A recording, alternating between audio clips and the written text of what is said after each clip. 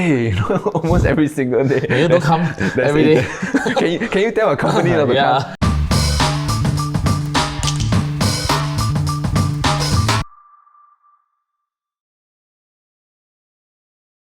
If let's say they were to decide to sell their HDB M.O.P, how?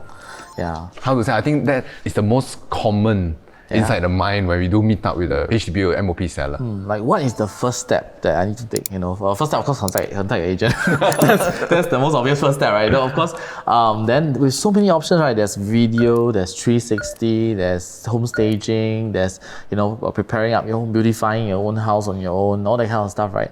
I think the most important first step of home staging is to sell your home is to decide where you need to go next. Because I'm sure you have heard of DIY or the own sellers who do it on their own, and they end up not timing or not preparing for their next purchase. Then they end up have to rent, or worse, have to go and find some place to stay or crash with a relative and bring up more inconvenience, right? I feel that planning for your next stage is very important as well. Then what you want to do next, then the funds and everything, which the professionals will come in and explain. So in my own experience is that before even we start talking about the marketing strategy, talking about how to beautify the place like you mentioned, really is to know where are you heading, right? If let's say you are heading, maybe later on we'll chat more about where can you head to, right? But I think it's important to have that in mind first, right? Whether or not you are going towards a resale HDB, you can probably do a contra, right? If you are going towards like a private property, whether is it new or is it resale? Resale is a bit faster. If you're going to new, it probably will take a little bit more time, right? Or you're just selling it.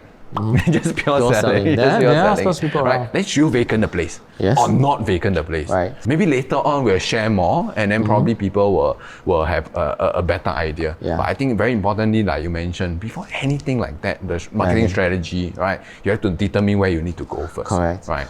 Then next up is then because M.O.P. Yes. Right. I think the competition is there. Yeah. Right. And for prices wise, right? We always say, I always like to say that market dictates the price. Yes. And what makes the market, right? Seller and buyer. Correct. Right? Demand and supply. Correct. Right? And at M.O.P, definitely we have seen the typical outside the gate, right? The stuffing, right? Stuff full of flyers from agents, probably almost every single day or evening and stuff like that. People start knocking on your door. Right? We do that before. Correct. I do that before. Correct. Right?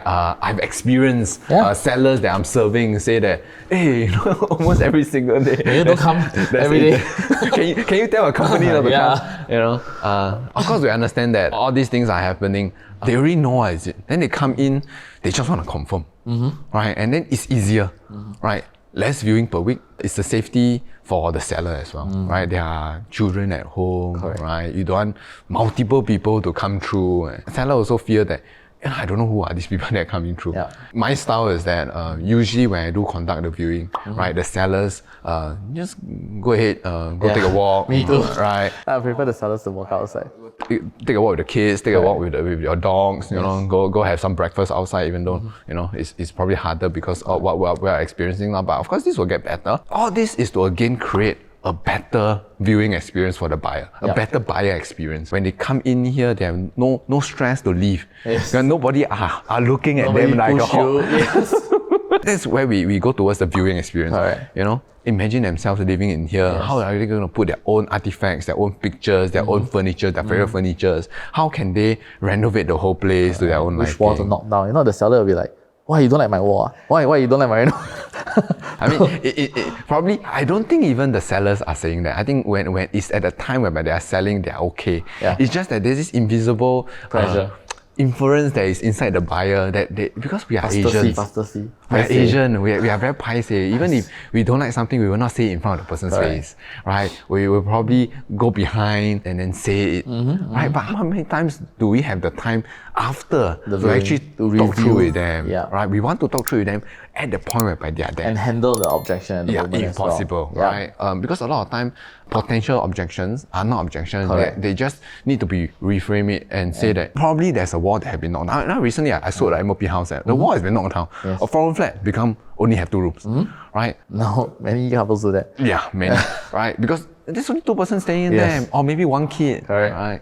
So then I can say that this wall is knocked down. If you like it, you can continue to live in here like that.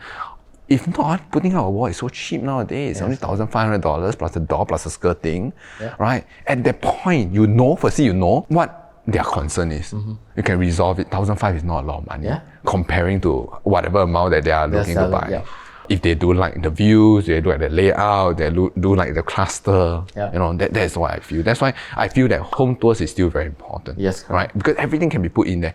Because humans are forgetful. Sometimes when it's viewing, I forget to say some strength. I forget to say some things that could be done better in this home. Right? So the video wise really capture it all. Yeah, so that's my point. And not only that, right, I feel that at the end of the day, people usually don't view one unit. I always emphasize on why you need to declutter, why you need to home stage, why you need to do videos. Because if you view a house, right, as a buyer, you'll not see one house or two houses. You'll see like 4, 5. If you can see 10, you will see 10. I mean, buyers are like that, right? They want to compare everything on the market, then see which is the best for themselves. And at the end of the day, right, they will not remember. Even for us professionals, we see so many houses in one day, right? Over time, we will have more experience, we'll be able to remember some, but we will only remember the key details of the house. And then from there, right, they will still go back to the listing and click. And that's why the photo of the listing is very, very important. The video of the listing is very, very important. Yeah. So now we go to the technicality, right? I myself will always advise the seller, declutter the place. Yes, please. Definitely. Right? So then we come in with professional photography, videos. Yourself? What do you advise? So first step is definitely to plan. After that, from there, take photos and good quality photos and videos. From there, right, timeline usually is what I explained next. So, you know, you can anticipate, you know, like when the buyer puts an offer in 21 days, they'll be exercising the option. In how many weeks you'll be submitting. And about 3 months, you'll be out of the house. If you need an extension for renovation, then there'll be another 3 months maximum. That's what we are allowed to get from HDB.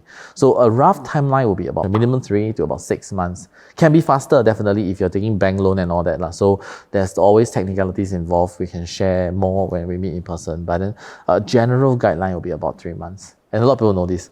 Yeah, just that they don't know exactly what happens during the 3 months. Yeah, because HDB put out like 8 weeks. So scary, right? Yeah, 8 so weeks, quick. I need to be out of my house. Right. So I don't think so, right? Generally is 3 months after you have exercised, because there is still a short process whereby in between they have to approve the resale application. They have to submit their documents, you know, verify, take their bank loan. All these things takes time.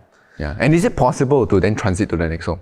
Of course, I think. Of course, definitely. At the end of the day, right, it's all about proper planning, right? Timeline planning, financial planning, whether the cash can flow in time. And not only that, can you get the person to flow in time? Because more than once, right, I've heard like people who previously handle themselves, or whether they try to engage a relative who is a part-time agent, then they end up having to rent a place in between. And I don't quite understand why.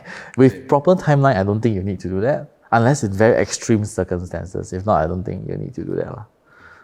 Of course, I think we both are professional salesperson. Of course, if you would like to chat more, go ahead, you know, give us a call. You know, we have all our social media around here. But if not, I think they have their own professional real estate agents, friends, Talk to them. Please do consult somebody for your own property planning, especially because if you're alone, still not so bad, right? If you're with kids, multiple kids, you want to move house 2-3 times, I think that's something, it's a challenge in and of itself.